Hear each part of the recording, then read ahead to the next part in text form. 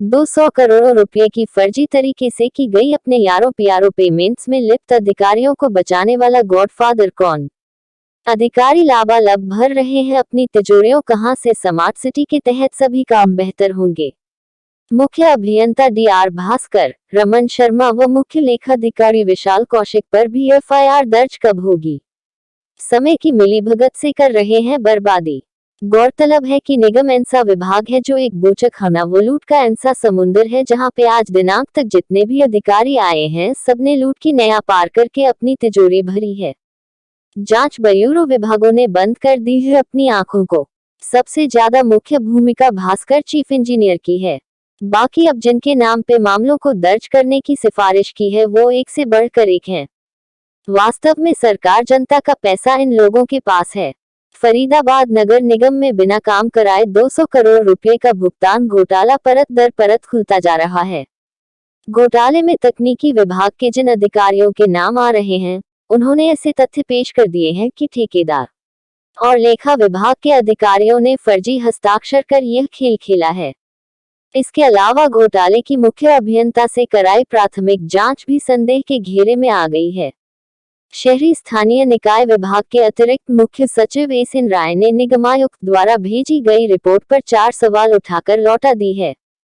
निगमायुक्त ने अपनी रिपोर्ट मुख्य अभियंता ठाकुर लाल शर्मा की जांच के आधार पर बनाई थी। घोटाले की जांच के लिए शिकायतकर्ता पार्षद से लेकर चंडीगढ़ तक अब कुछ ऐसे तथ्य भी सामने आए हैं कि मुख्य अभियंता ठाकुर लाल शर्मा ने भी बड़े घोटालेबाजों को बचाने के लिए कुछ मामले छुपाए हैं। बता दें, 28 मई 2020 को फरीदाबाद नगर निगम के 4 पार्षदों ने निगमायुक्त को शिकायत दी थी कि निगम के लेखा विभाग ने एक ठेकेदार की विभिन्न फर्मों को बिना काम कराए ही भुगतान कर दिया है। इस पर निगमायुक्त ने तत्कालीन मुख्य अभियंता ठाकुर लाल शर्मा से मामले की जांच कराई। मुख्य अभियंता की जांच के आधार पर निगमायुक्त ने लेखा और तकनीकी विभाग में कार्यरत 4 कर्मचारियों को सेवा से बर्खास्त व एक नियमित कर्मचारी को निलंबित कर दिया। इसके अतिरिक्त मामले में संलिप्तता के चलते मुख्य अभियंता डीआर भास्कर, रमन शर्मा व मुख्य लेखाधिकारी विशाल कौशिक पर भी एफआईआर दर्ज कराने की अनुमति सरकार से मांगी। तबादले के बाद सौंपी अधूरी रिपोर्ट, जांच अधिकारी मुख्य अभियंता ठाकुर लाल का 17 नवंबर 2020 को एक सोची समझी रणनीति तैयार करके तबादला हो गया था, लेकिन उन्होंने अपनी रिपोर्ट इसी तारीख को निगम आयुक्त को सौंपी। इस जांच में ठाकुर लाल ने अपने समकक्ष अधिकारियों को जांच में शामिल ही नहीं किया। एक अधिकारी को जांच में शामिल होने के लिए लिखित नोटिस भेजकर 19 नवंबर को बुलाया गया। 17 नवंबर को ठाकुर लाल ने रिपोर्ट दे दी। अधिकारी ने इस बाबत तत्कालीन निगम आयुक्त को चिट्ठी भी लिख रखी है। इसके अलावा शिकायतकर्ता पार्षद दीपक चौधरी को इस घोटाले में 36 करोड़ रुपए के जो दस्तावेज ठाकुर लाल ने दिए थे, जांच में उनका जिक्र ही नहीं किया।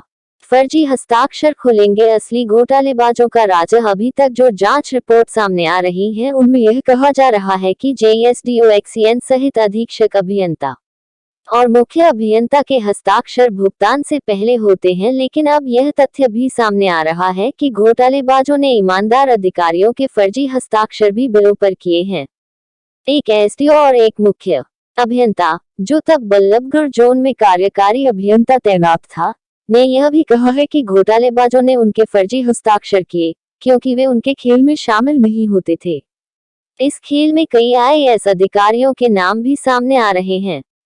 निगमायुक्त से निम्न बिंदुओं पर मांगा गया जवाब। जांच कमेटी के सदस्यों ने जिन तथ्यों के आधार पर मुख्य अभियंता स्तर के अधिकारियों को आरोपी माना है, उनका नगर निगम में काम के बदले भुगतान करने की क्या प्रक्रिया है और जब ये भुगतान हुए तब कौन अधिकारी व कर्मचारी तैनात थे।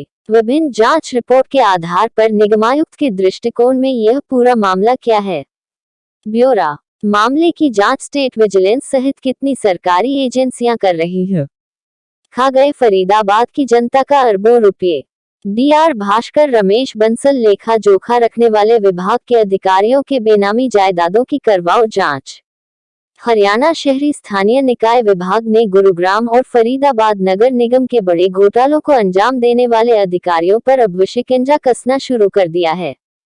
200 करोड़ के बिना भुगतान व घोटाले में लिप्त 4 अनुबंधित कर्मचारियों को बर्खास्त करने के बाद अब राज्य सरकार अगले सप्ताह के पहले ही दिन तकनीकी व लेखा विभाग कैनारोपित अधिकारियों के खिलाफ एफआईआर दर्ज करवाने की अनुमति देगी। इसके साथ ही बिना काम घोटाले की जांच में ही 56 करोड़ के स्वच्छ भारत मिशन घोटाले की जांच होगी। इस जांच की आंच तकनीकी व लेखा विभाग के अधिकारियों से आगे निकलकर बड़े राजनेताओं और 3 आईएएस अधिकारियों तक पहुंचेगी।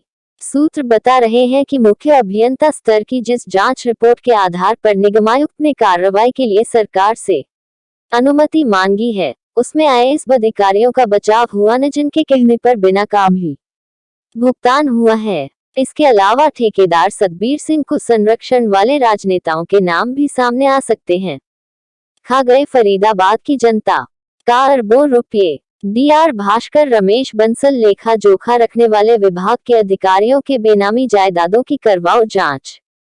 घोटाले का ये है पूरा मामला। निगम पार्षद दीपक चौधरी ने अकाउंट ब्रांच से 2017 से 2019 तक विकास कार्यों का ब्यौरा मांगा था। उन्होंने पूछा था कि किस फंड से किस ठेकेदार को कितनी पेमेंट हुई। चौधरी ने बताया कि उनके वार्ड में 27 ऐसे कार्य हुए हैं जिनमें 1 करोड़ रुपए से ज्यादा की पेमेंट दिखाई गई है। कामों में नालियों की रिपेयरिंग, इंटरलॉकिंग टाइल लगाना और स्लैब लगाने को दिखाया गया, लेकिन वहां कोई काम ही नहीं हुआ।